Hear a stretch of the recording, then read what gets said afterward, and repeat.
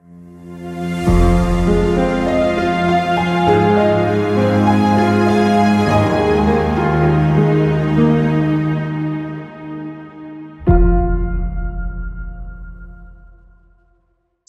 நேயர்கள் அனைவருக்கும் வணக்கம்.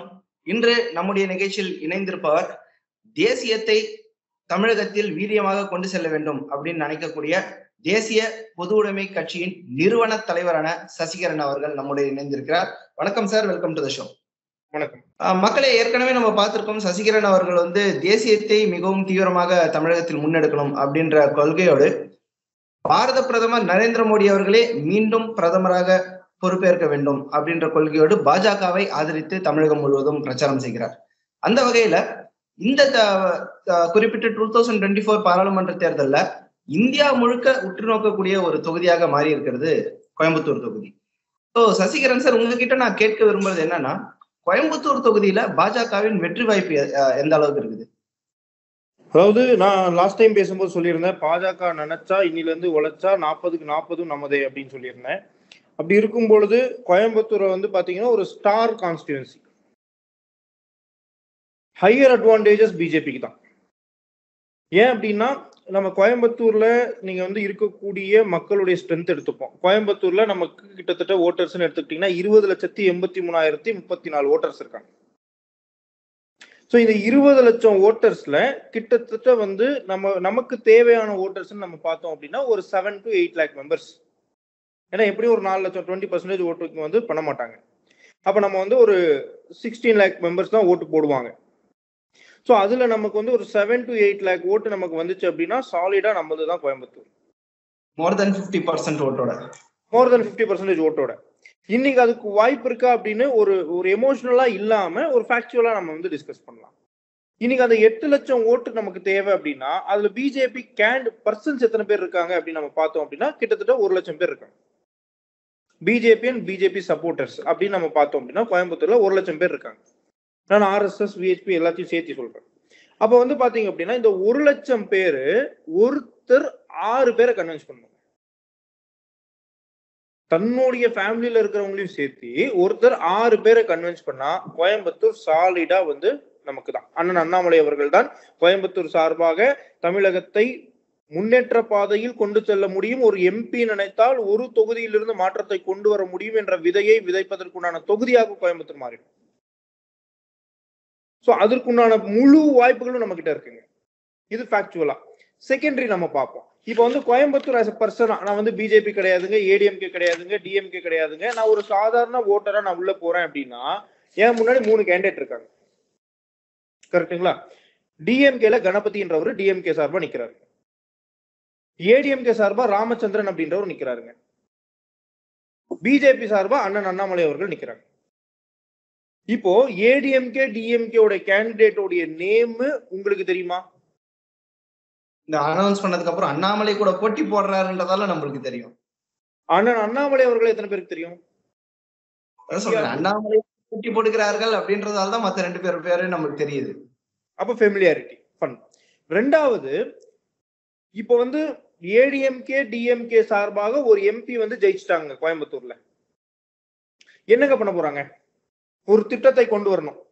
யாரை போய் அப்ரோச் பண்ணுவாங்க? அவர்களுடைய கட்சி தலைமை அதை ஒத்துக்கணும். அவங்கள ஃபர்ஸ்ட் கன்வின்ஸ் பண்ணணும். அதுக்கப்புறமா பார்லிமெண்ட்ல போய் பேசணும், அங்க கன்வின்ஸ் பண்ணணும், அங்க அந்த போர்டை கன்வின்ஸ் பண்ணணும், அப்புறமா மினிஸ்டர் கன்வின்ஸ் பண்ணணும், அதுக்கப்புறமா எக்ஸிகியூட்டிவ் கமிட்டி, அதாவது பிரதமர் உட்பட அத்தனை பேரும் சேர்ந்து அதை ஒத்துக்கணுங்க.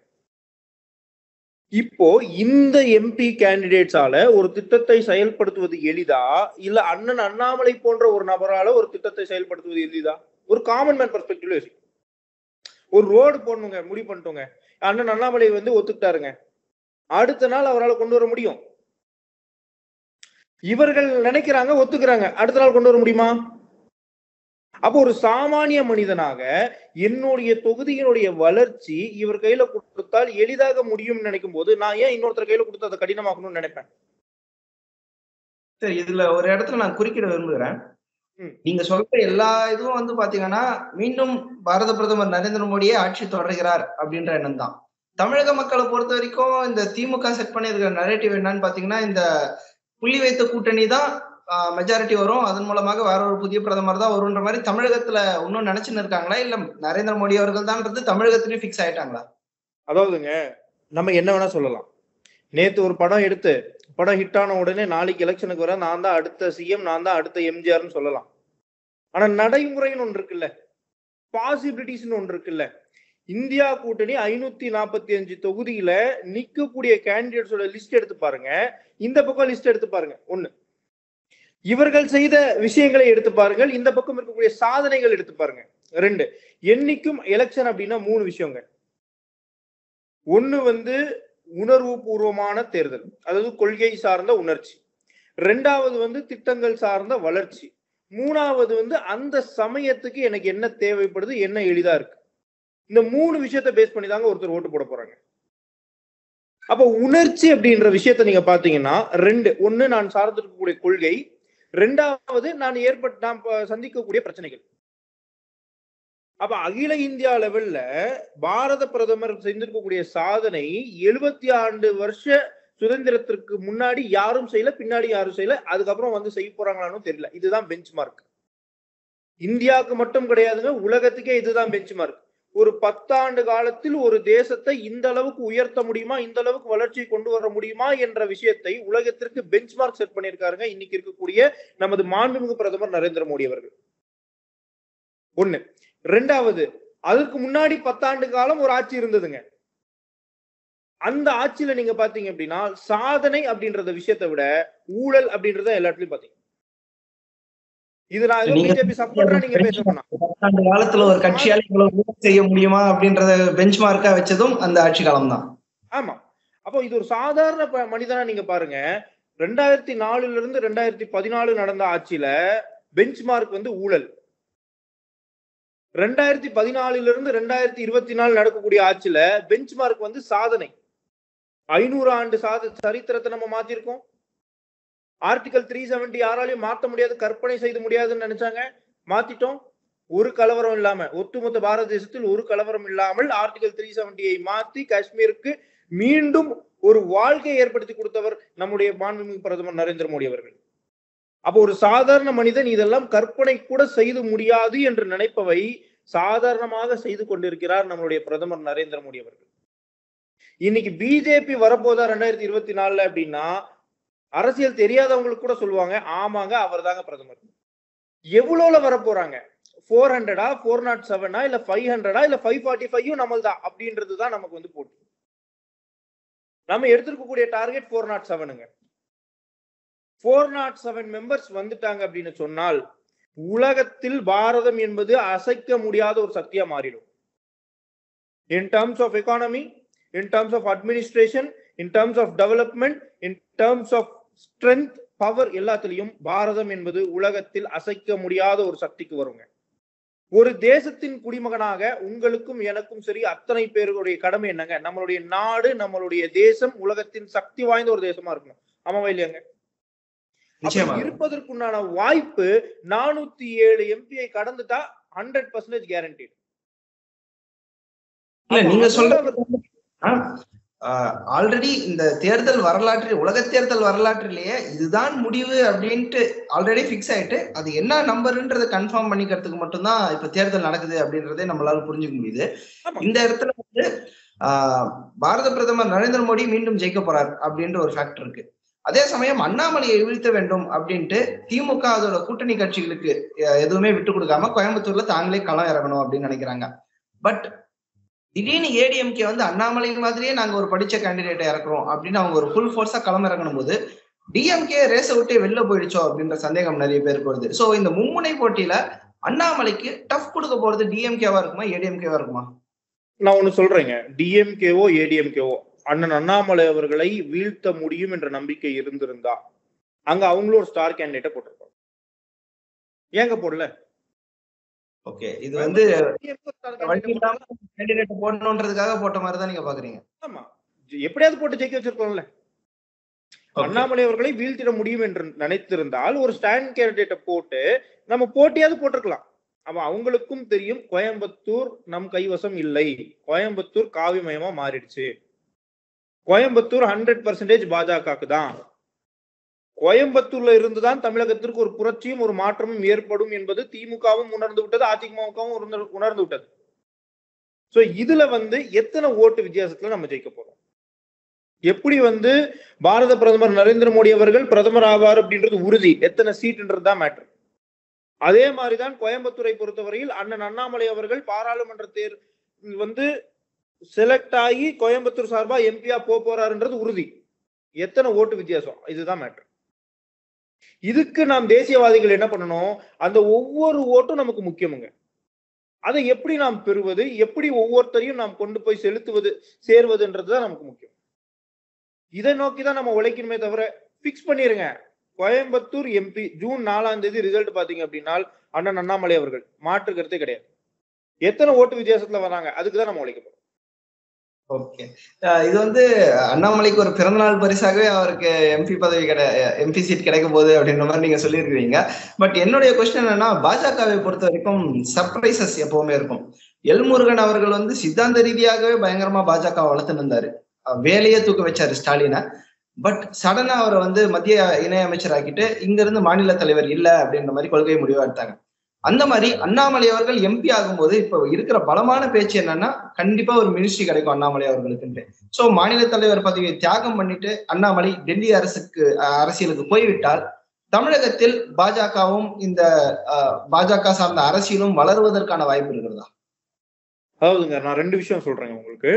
அண்ணன் அண்ணாமலை அவர்களுடைய விஷயத்தை பொறுத்த வரைக்கும் அவர் எம்பி ஆகி மினிஸ்டர் ஆகி சென்ட்ரல்ல ஒரு பவர்ஃபுல்லா உட்காரணும் அப்படின்னு நினைக்கக்கூடிய ஒரு பர்சன் கிடையாது. அவரும் அதை விரும்ப மாட்டார், பாஜகவும் அதை விரும்பாது.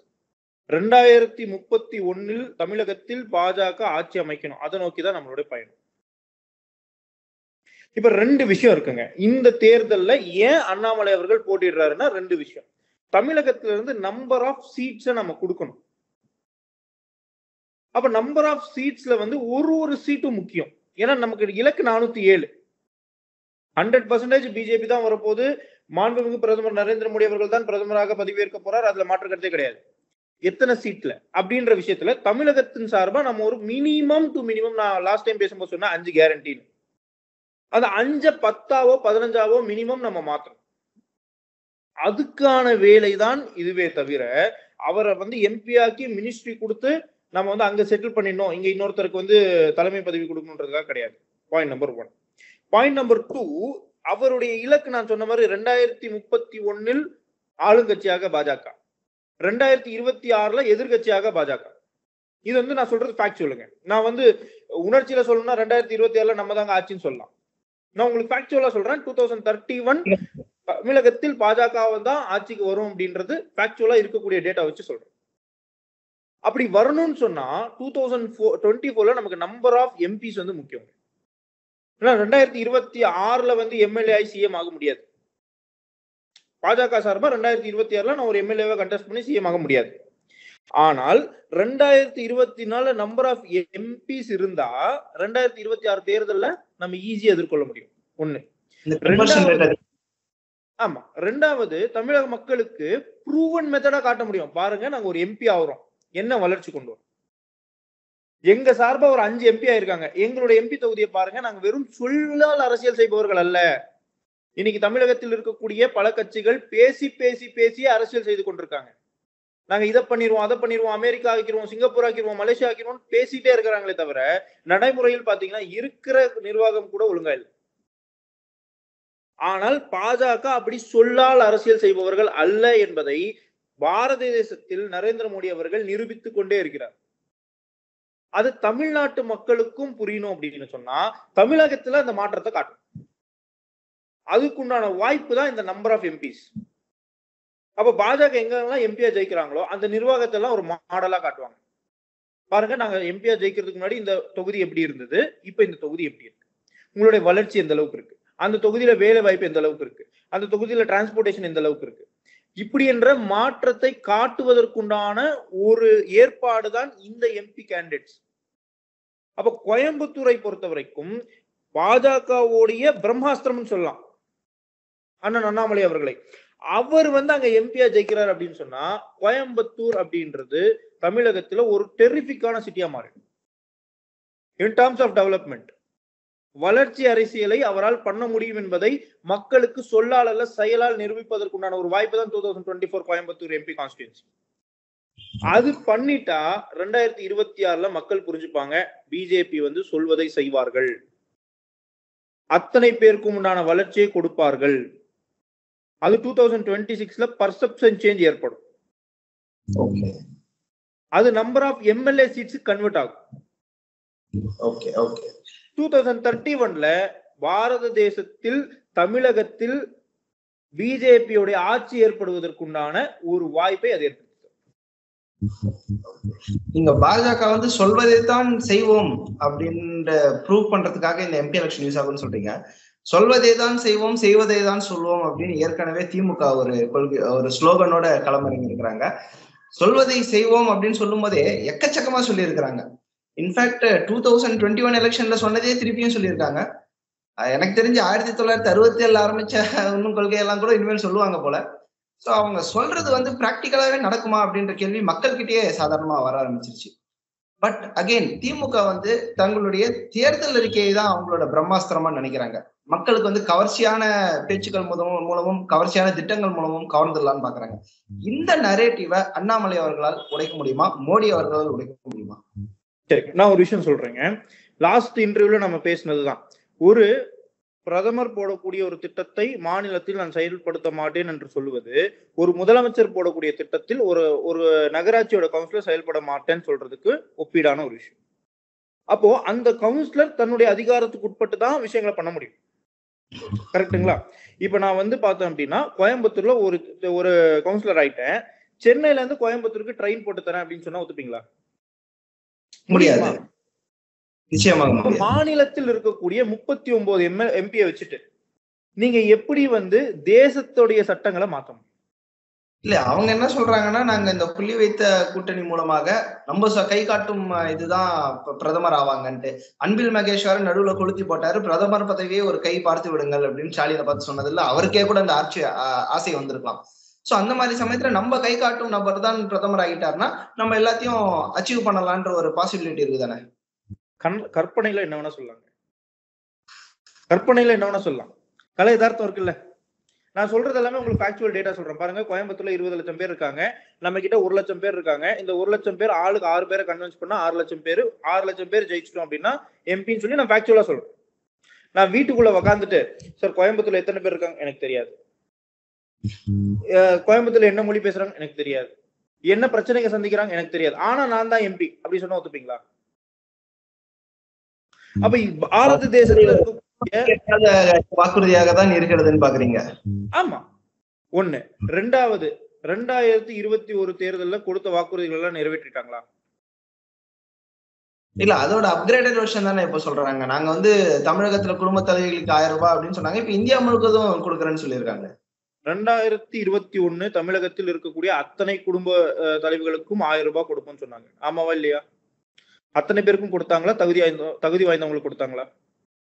தகுதின்னு எந்த விதத்துல அந்த தகுதி செட் பண்ணாங்கன்றதுலயே நிறைய குளறுபடிகள் இருக்கு. அப்போ அது எல்லாருக்கும் சாத்தியப்படல, அந்த கொள்கை முரண்படுது. ஒண்ணு. இப்போ ஒரு குடும்பத்துக்கு 1000 ரூபாய் கொடுத்தாங்க, ஒரு குடும்பத்துல பெட்ரோல் விலை ஏறிடுச்சா? தமிழ்நாட்டு இப்ப வந்து கர்நாடகால 83 ரூபாங்க ஒரு டீசல், 1 லிட்டர் டீசல். தமிழ்நாட்டுல 93 ரூபாங்க, கிட்டத்தட்ட 10 ரூபாய் வித்தியாசம். அப்ப கம்பேரிட்டிவ்லி அதிகமா இருக்கா? இவங்க ஆளுமைக்கு உட்பட்டதுலயே அவங்க வந்து ஒழுங்கா செய்ய மாட்டேங்கிறாங்கன்னு சொல்ல முடியல. ஏன்னா பெட்ரோல் விலை மத்திய அரசு தீர்மானிக்கணும். கர்நாடகால 83 ரூபாய்,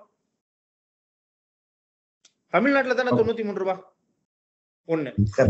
current bill, property tax, road tax, அப்படி நான் சொல்லிட்டே போலாம். இதெல்லாம் பாத்தீங்கன்னா ஒரு சராசரியாக ஒரு குடும்பத்துக்கு கிட்டத்தட்ட 5000 இருந்து 7000 ரூபாய் பேர்டன் அதிகமா இருக்கு மாசத்துக்கு. அப்போ 7000 ரூபாய் உங்ககிட்ட இருந்து நான் உங்க பாக்கெட்ல இருந்து எடுத்துட்டு 1000 ரூபாய் உங்க பாக்கெட்டுக்கு கொடுக்க முடியுமா முடியாதா? அந்த 1000 ரூபாய் உங்க பாக்கெட்டுக்கு நான் கொடுத்தது உங்களுக்கு நன்மையா நன்மை இல்லையா? நிச்சயமாக. உங்ககிட்ட 7000 ரூபாய் எடுத்துட்டேன், உங்களுக்கு நான் திருப்பி 1000 ரூபாய் கொடுக்குறேன், அது லாஸ் தான் நம்மளுக்கு. இது மக்களுக்கு தெரியாதுன்னு நினைத்தால் அது வந்து ஏமாளித்தனம். மக்களுக்கு நல்லா தெரியும்.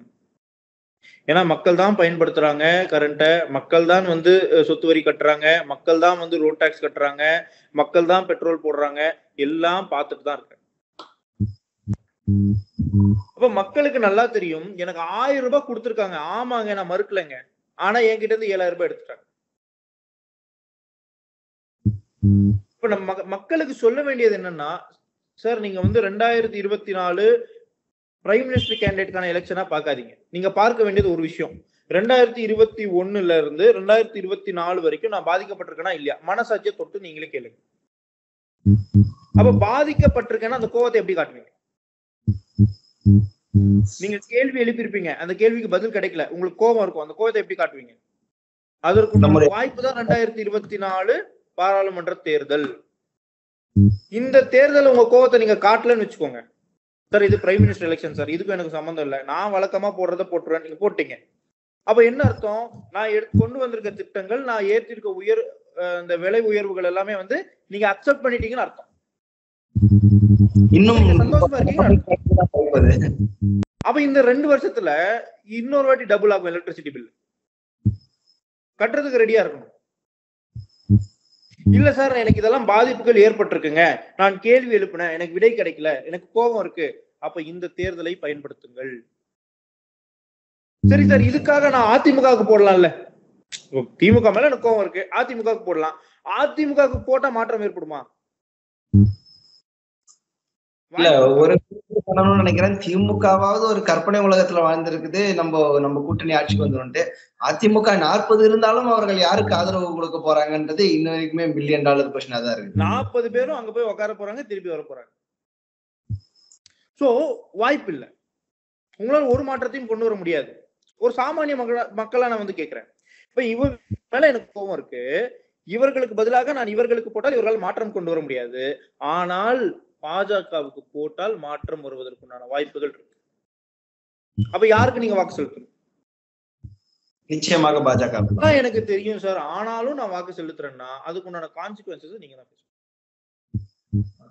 கடைசியாக ஒரு கொஸ்டின் சார், இப்ப நம்ம தமிழ்நாட்டை பத்தி ரொம்ப டிஸ்கஸ் பண்ணிட்டோம், பட் தமிழ்நாட்டை தாண்டி ஒரு நரேட்டிவ் என்ன அப்படின்னு பாத்தீங்கன்னா, தென்னிந்தியாவில் பாஜகவால் கால் பதிக்க முடியாது, தடம் பதிக்க முடியாது அப்படின்னு தான். சோ அண்ணாமலை போன்ற ஒரு நட்சத்திர வேட்பாளர்களாகட்டும், தெலங்கானாலேயே பார்த்தோம், முன்னாள் சிஎம் இன்னாள் சிஎம் 2 பேரும் ஒரே தொகுதியில போட்டி போட்டாலும் பாஜக அவர்கள் இருவரையும் ஒன்று சேர விரும்பியது. இப்போ கேரளாலையும் பாத்தீங்கன்னா பாஜக மாநில தலைவர் ராகுல் காந்திக்கு அகைன்ஸ்டா ஃபீல் பண்ணிருக்காங்க. சோ இறங்கி அடிக்கணும் அப்படின்னு முடிவு பண்ணி பாஜக வந்து இறங்கி இருக்கிறத நம்ம பார்க்க முடியுது. இது அவர்களுக்கு பலன் கொடுக்குமா? தென்னிந்தியாவில் பாஜக மோடி அவர்கள் கால் பதிப்பாரா? ஒட்டுமொத்த பாரத தேசத்திலும் ஒரு கொடி பறக்கும் என்றால் அது இனிமேல் மோடி அவர்களுடைய கொடி மட்டும்தான். அது எவ்வளவு சீக்கிரமா அப்படின்றது நம்மளுடைய உழைப்புல இருக்கு. அதாவது நான் ஏற்கனவே சொன்னது போலதான், ஒரு தேர்தல் அப்படின்னு வந்துட்டா 3 விஷயங்க. உணர்ச்சி, அப்ப ஒவ்வொரு மக்களுக்கும் கொண்டு போய் சேர்க்கணும், நம்மளுடைய கொள்கை என்ன, நம்மளுடைய திட்டம் என்ன, நம்மளுடைய செயல்பாடு என்ன, எதற்காக இந்த கொள்கை தேவைப்படுது, எதற்காக தேசியம் தேவைப்படுது, இந்த தேசியத்தை பாஜக விட்டால் வேறு எந்த ஒரு இயக்கத்தாலும் நடைமுறைப்படுத்த முடியாது என்பதை ஒவ்வொரு குடிமகனுக்கும் ஒவ்வொரு வீட்டுக்கும் கொண்டு போய் செலுத்த வேண்டியது பாரத பிரதமர் நரேந்திர மோடி அவர்களுடைய வேலை இல்ல, மாநில தலைவர் அண்ணன் அண்ணாமலை அவர்களுடைய வேலை இல்ல, இந்த தேசியவாதி சிந்தனை கொண்ட ஒவ்வொருத்தருடைய வேலைதான். அவங்க டாப் லெவல்ல பேசுவாங்க, ஒவ்வொரு வீட்டுக்கும் கொண்டு போய் சேர்க்க வேண்டியது நம்மளுடைய வேலை, அதை நம்ம பண்ணணும். Point number 1. ரெண்டாவது, டெவலப்மெண்ட் பாலிடிக்ஸ். 2004 இருந்து 2014 பாருங்க, 2014 இருந்து 2024 பாருங்க, என்ன சொல்லுவாங்க? பெட்ரோல் விலை ஏறிடுச்சுன்னு சொல்லுவாங்க. இது சொல்லுவாங்களா? நான் வந்து ஒரு இடத்துல பேசும்போது இது சொன்னாங்க, ஒரு மேடையில பேசும்போது இது கேட்டாங்க, நான் உங்களுக்கு பதில் சொன்னேன்.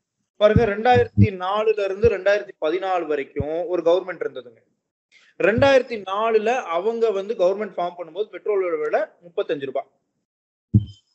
2014 அவங்க கவர்மெண்ட் விட்டு வெளியே போகும்போது பெட்ரோலோட விலை 76 ரூபாய், கிட்டத்தட்ட 110% ஹைக்.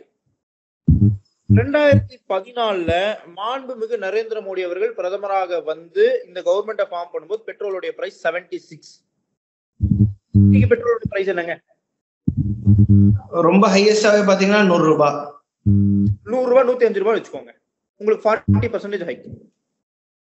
100% ஹைக்கை கொடுத்த ஒரு கவர்மெண்ட் சொல்லுது பெட்ரோல் விலை ஏறிடுச்சுன்னு.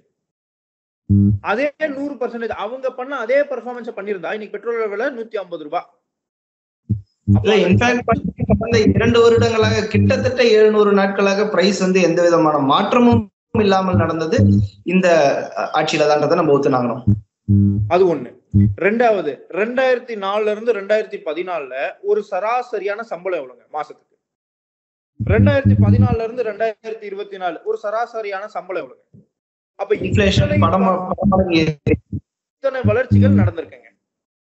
இன் டர்ம்ஸ் ஆஃப் எக்கானமி இவ்வளவு டெவலப்மெண்ட் நடந்திருக்குங்க. 2014 இந்தியா வந்து 10th லார்ஜஸ்ட் எக்கானமிங்க. இன்னைக்கு இந்தியா வந்து 5th லார்ஜஸ்ட் எக்கானமி. நம்ம 3rd லார்ஜஸ்ட் எக்கானமி ஆகிறதுக்கு போட்டி போட்டு இருக்கோம். 2050க்குள் பாரதம் என்பது உலகத்தின் தலைச்சிறந்த பொருளாதார நாடாக மாறிடும். அதாவது ஃபர்ஸ்ட் எக்கானமிக்கல் ஸ்டேட். இது நடக்கணும் அப்படின்னு சொன்னால் சொல்வதை செய்யக்கூடிய, செய்வதை சொல்லக்கூடிய தலைமை பண்பு கொண்ட ஒரு தலைவர் வேணும். அவர்தான் நரேந்திர மோடி அவர்கள். இதெல்லாம் மக்கள் பார்க்கணும். அப்ப என்ன நரேட்டிவ் செட் பண்றாங்க, அதுக்கு ஆக்சுவலான விஷயம் என்ன நடக்குது? மேடையில என்ன வேணா பேசலாங்க. நம்ம லாஸ்டா டிஸ்கஸ் பண்ண மாதிரி தான், மேடையில கைத்தட்டல் வாங்குவதற்கு என்ன வேணா பேசலாம். சாத்தியப்படுத்தக்கூடிய, அதை பேசுறது எல்லாமே சாத்தியப்படுத்தக்கூடிய வல்லமை யாருக்கு இருக்குன்னு பாருங்க. அந்த ட்ராக் ரெக்கார்டை பாருங்க. நார்த் இந்தியன்ஸுக்கு மட்டும்தான் அறிவு இருக்கா? அவங்க மட்டும்தான் பார்ப்பாங்களா? தென்னிந்திய மக்களும் பார்ப்பாங்க, பார்த்துக்கிட்டே இருக்காங்க. அவர்களுக்கு காட்டாம பல ஊடகங்கள் வந்து நடுவுல இருக்கு. அந்த ஊடகத்தை கொஞ்சம் மறைச்சு மறைச்சு நம்மளுடைய உண்மையை உறக்க பேசிக் கொள்ளக்கூடிய தலைவர்கள் இன்னைக்கு வந்திருக்காங்க. மாற்றம் ஏற்படும், அவ்வளவுதான் விஷயம். அப்போ நமக்கு என்ன பிரச்சனை? நார்த் இந்தியால இருந்து போடக்கூடிய ஒரு திட்டம்னு சொல்றாங்க. நார்த் இந்தியா சவுத் இந்தியா கிடையாதுங்க. Everything is India. அது வந்து நார்த்தன் பார்ட், இது சதர்ன் பார்ட், அவ்வளவுதான். எல்லாம் பாரதம் தான். எல்லா மாநிலத்துக்கும் சேர்த்துதான் நரேந்திர மோடி அவர்கள் தலைவர். 140 கோடி மக்களும் வளர்ச்சி பெற வேண்டும் என்று உழைத்து இருக்கக்கூடிய ஒரு தலைவர். இந்த புரிதலை ஒவ்வொரு மக்களுக்கும் கொண்டு போய் நம்ம சேர்த்திட்டா, தமிழகம், கர்நாடகா, ஆந்திரா, தெலுங்கானா இல்லைங்க, ஒவ்வொரு மாநிலத்திலும் ஒரு கொடிதான் பறக்கும். அது பாரத தலைவர் நரேந்திர மோடி அவர்களுடைய கொடிதான் பறக்கும். உண்மையிலே நீங்க சொன்னது ஒரு பயரான இதுவா இருந்துச்சு. பிகாஸ் பாரத பிரதமர் நரேந்திர மோடி அவர்கள் மீண்டும் பிரதமராக வரப்போகிறார் அப்படின்றது எல்லாரும் தெரிஞ்சாலும் வருவதற்கு எவ்வளவு நன்மைகள் இருக்கிறது, அது வரத்துக்கான சாத்தியக்கூறுகள் என்ன அப்படின்னு நீங்க பேசுறது உண்மையிலேயே ஒரு பயரான ஸ்பீச்சா தான் சார் இருந்துச்சு. சோ என்னுடைய குறுக்கீடு இல்லாமல் இந்த கோயம்புத்தூர் எலெக்ஷன் பற்றியும், அண்ணாமலை அவர்கள் வெற்றியை பற்றியும், பாரத பிரதமர் நரேந்திர மோடி அவர்கள் வெற்றியை பற்றியும் ஏதாவது சொல்லணும் அப்படின்னு நினைச்சீங்கன்னா குறுக்கீடு இல்லாம நீங்க சொல்லுங்க. அதாவது இந்த 2024 தேர்தல் தமிழகத்தை பொறுத்த வரைக்கும் நமக்கு 2 விஷயம் இம்பார்ட்டன்ட். ஒண்ணு வந்து ஓட் பர்சன்டேஜ். இது வந்து தமிழகத்துல இருக்கக்கூடிய ஒவ்வொரு கான்ஸ்டிடியூன்சிலையும் நம்ம எப்படி எல்லாம் அதிகப்படுத்தலாம். லாஸ்ட் டைம் எவ்வளவு ஓட்டு வாங்கியிருக்கோம், இவ்வளவு இந்த டைம் எவ்வளவு ஓட்டு வாங்க போறோம், இந்த ஓட் பர்சன்டேஜ் நம்ம அதிகப்படுத்தி காட்டணும். ஒண்ணு. குறைஞ்சது 10ல இருந்து 15 எம்பியாவது தமிழகத்தில இருந்து போகணும். நம்மளுடைய உழைப்பு 40க்கும் தான்.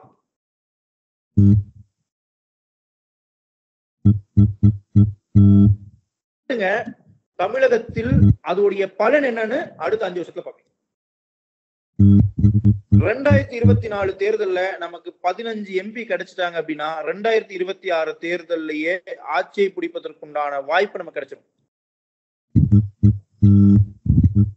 குறைஞ்சது எதிர்கட்சியாயிரும். 2031 உலகின் சொர்க்கமாக தமிழகம் மாறும். அதற்குண்டான வாய்ப்பு பாஜக தமிழகத்தில் ஆட்சி அமைக்கும். இந்த விஷயத்தை உருவாக்கக்கூடிய ஒரு தேர்தல் தான் 2024 தேர்தல். இதை விரும்பணும்னா எல்லார் கையிலும் ஒரு ஆயுதம் இருக்குங்க, அதுதாங்க வாக்கு செலுத்துறது. உங்ககிட்டதான் அந்த பவர் இருக்கு, அந்த சூப்பர் பவர் இருக்கு. யார் யாரெல்லாம் தமிழ்நாடு உலகத்தின் உன்னத மாநிலமாக மாறணும்னு நினைக்கிறீங்களோ, நம்ம வந்து செய்ய வேண்டிய ஒரே ஒரு விஷயம், ஏப்ரல் 19ஆம் தேதி வாக்குச்சாவடிக்கு போறோம். எங்க தாமரை இருக்கோ அங்க நம்ம வந்து அந்த தாமரையை அழுத்திக்கிறோம். அந்த விஷயம் நடந்தால் 2024 தமிழகத்தில் ஒரு புதிய புரட்சி, புதிய வரலாறு எழுதப்படும். இதற்காக ஒவ்வொரு தேசியவாதியும், அன்னை பாரதத்தை விரும்பக்கூடிய ஒவ்வொரு மனிதரும் செய்ய வேண்டிய கடமையை செய்ய வேண்டும். உங்களால முடிஞ்சா ஒரு 5 பேருக்கு, ரொம்ப எல்லாம் வேணாம், நான் வந்து பாஜக ஓட்டு போட போறேங்க, ஒரு 5 பேருக்கு என்னால ஒரு 5 பேரை கன்வின்ஸ் பண்ண முடியும். அந்த 5 பேரை போய் கன்வின்ஸ் பண்ணு. ஒவ்வொரு தேசியவாதியும் ஒரு 5 பேரை கன்வின்ஸ் பண்ணுங்க.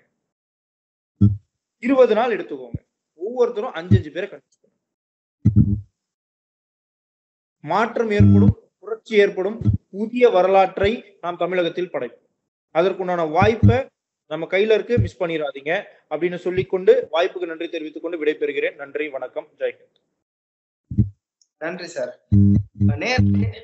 தேசிய பொது உடைமை கட்சி தலைவர் சசிகரன் அவர்கள் வந்து முதல் இன்டர்வியூல அவர் நம்ம கிட்ட சொல்லியிருந்தாரு, அவருடைய கொள்கையானது இந்திய தேச உலகத்திலேயே அன்னை பாரதம் சிறந்த தேசமாக இருக்கு, அதில் சிறந்த மாநிலமாக தமிழகம் இருக்க வேண்டும் அப்படின்றது அவருடைய கொள்கை. அந்த கொள்கைப்படிதான் இன்னைக்கு வந்து ஒரு பெரிய டிபேட் நடந்தது. 30 நிமிஷம் போனதே நம்மளுக்கு வந்து தெரியல அப்படின்னு தான் சொல்லணும். ஸ்டார்டிங்ல எடுத்த உடனே அவர் வந்து டேட்டாவோட அடிக்க ஆரம்பிச்சாரு. இத்தனை லட்சம் மக்கள் இருக்காங்க, இத்தனை லட்சம் வாக்கு வரும் அப்படின்னு வந்து இவ்வளவு துல்லியமான கலப்பணியோட அவர் நமக்கு டேட்டா கொடுத்திருக்காரு. அதை விட முக்கியமாக அவர் சொன்னது என்னன்னா, இந்தியா முழுக்க, தென்னிந்தியா வட இந்தியான்னு பிரிக்காம இந்தியா முழுக்க பறக்க போவது பாரத பிரதமர் நரேந்திர மோடி அவர்களின் கொடிதான். அதில் குறிப்பாக தமிழகத்தில் இருந்துதான் புரட்சி தொடங்க போகிறது. அதுவும் குறிப்பாக கோவையிலிருந்து தான் தமிழகத்துக்கான ஒட்டுமொத்த புரட்சியும் தொடங்க போகிறது அப்படின்னு சொல்லியிருக்காரு. முக்கியமான ஒரு பாயிண்ட் என்ன சொல்லியிருக்காருன்னா, அண்ணாமலை அவர்கள் வெற்றி பெற போவது நிச்சயம், எவ்வளவு ஓட் டிஃபரன்ஸ்ல ஜெயிக்க போறாரு அப்படின்றதுதான். அதை தெரிஞ்சுக்கிறதுக்காக நம்ம 4ஆம் தேதி வரைக்கும் காத்திருக்கணும் அப்படின்னாங்க. நிறைய பேர் ஜூன் 19ஆம் தேதி தான் எலெக்ஷன் அப்படின்ட்டு பிரச்சாரத்துல எல்லாம் பேசுறாங்க. அது அந்த தவறான விஷயம். அது ஏப்ரல் 19 நம்மளுக்கான எலெக்ஷன் டேட். மோடி அவர்கள் சொன்ன மாதிரி இம்முறை 400 400 அப்படின்ற இலக்கை ஒவ்வொரு தேசியவாதியும் அடைய வேண்டும் அப்படின்றதுதான் தேசிய பொது உடைமை கட்சி நிறுவன தலைவர் சசிகலா அவர்களுடைய வேண்டுகோளாக இருக்கிறது. மீண்டும் இன்னொரு நிகழ்ச்சியில் சசிகலா அவர்களோடு சந்திப்போம். நன்றி, வணக்கம். நன்றி.